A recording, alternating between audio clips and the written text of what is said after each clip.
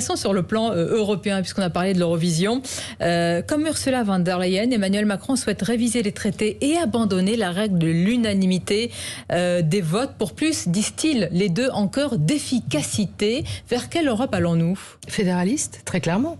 Et en quoi ce serait grave? C'est grave parce que ça met en cause les États dans leur souveraineté et dans ce qui peut porter atteinte à leurs intérêts vitaux. Moi, je trouve ça incroyable. Enfin, c'est pas mon Europe, en fait. Mais on sait très bien que Emmanuel Macron est totalement fédéraliste. Et c'est pas ma vision de l'Europe.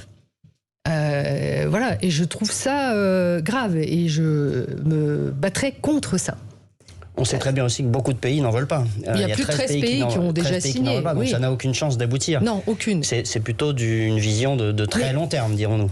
Oui, mais qui n'aura pas de chance d'aboutir parce que les pays n'en veulent pas. Enfin, Emmanuel Macron, à chaque fois qu'il fait des propositions sur les listes transnationales, sur ce vote à la majorité qualifiée qui pourrait porter atteinte à la souveraineté des États et à leurs intérêts vitaux, ça fait un flop. Excusez-moi, ça fait un flop.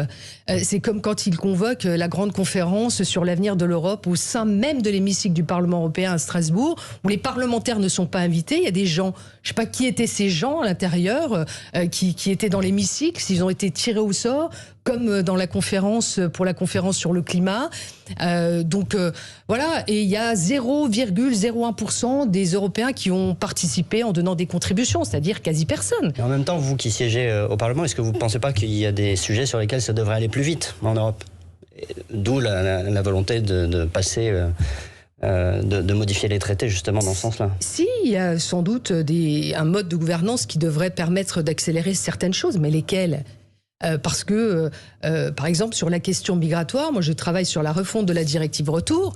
Je peux vous dire que autant le texte de la Commission est plutôt bon au départ, autant je vois des amendements qui passent, mais qui vont aller à l'encontre de ce qu'on voudrait, c'est-à-dire vraiment protéger nos frontières, maîtriser notre immigration, parce que c'est ça qui va être vital pour les Européens aujourd'hui.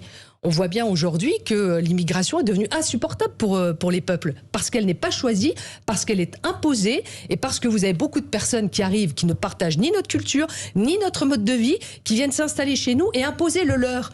Donc c'est pas possible. Ça n'est pas possible. Nadine Morano, une Europe fédérale, ce serait une Europe affaiblie au moment où Poutine, évidemment, poursuit malheureusement sa guerre en Ukraine.